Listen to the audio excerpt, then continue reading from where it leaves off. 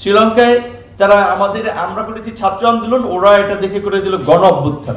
প্রধানমন্ত্রী আমি দেখেছি কয়েকবার বুয়েটের টিচার সহ নগরবিদ যারা তাদেরকে নিয়ে মিটিং করেছিলেন যে ঢাকার যানজট কিভাবে মিনিমাইজ করা যায়, কমানো যায়।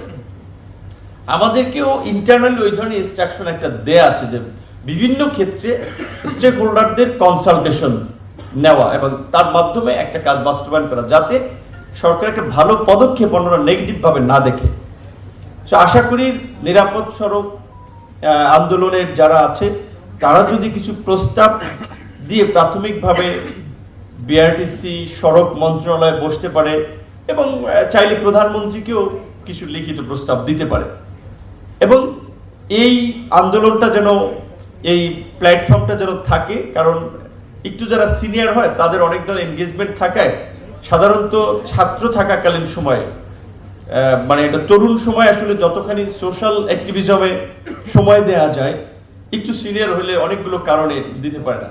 তো আমার অনুরোধ থাকবে যে বাংলাদেশের ঐতিহাসিক পরিবর্তন, এই যে 24শে জুলাই গণ অভ্যুত্থান, এটার পুরো পাটাতন তৈরি করেছে এই কোটা সংস্কার আন্দোলন, নিরাপদ সড়ক আন্দোলনের নেতৃত্ব দানকারী এবং এই তরুণরা।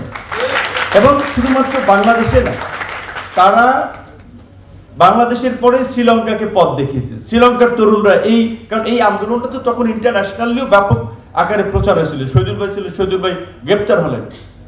শ্রীলঙ্কায় তারা আমরা করেছি ছাত্র আন্দোলন, ওরা এটা দেখে করে দিল গণ অভ্যুত্থান।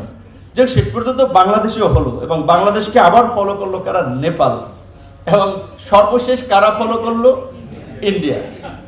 সো সাউথ এশিয়াতে বাংলাদেশের তরুণরা কিন্তু এখন একটা গবেষণার বিষয় হয়ে দাঁড়িয়েছে, বাংলাদেশের তরুণরা অনুপ্রেরণা হয়ে দাঁড়িয়েছে। তো আমরা চাই যে আমাদের এই প্রতিবাদী তারুণ্য, আমরা যে একটা রাষ্ট্রের পরিবর্তন চাই, একটা সভ্য সুন্দর রাষ্ট্র চাই যেখানে নাগরিকদের অধিকার এবং মর্যাদা থাকবে, আমাদের এই প্রতিবাদের মধ্যে দিয়ে সেই কাঙ্ক্ষিত রাষ্ট্র গড়ে উঠুক। আমাদের প্রতিবাদ অব্যাহত থাকুক। আসসালামু আলাইকুম।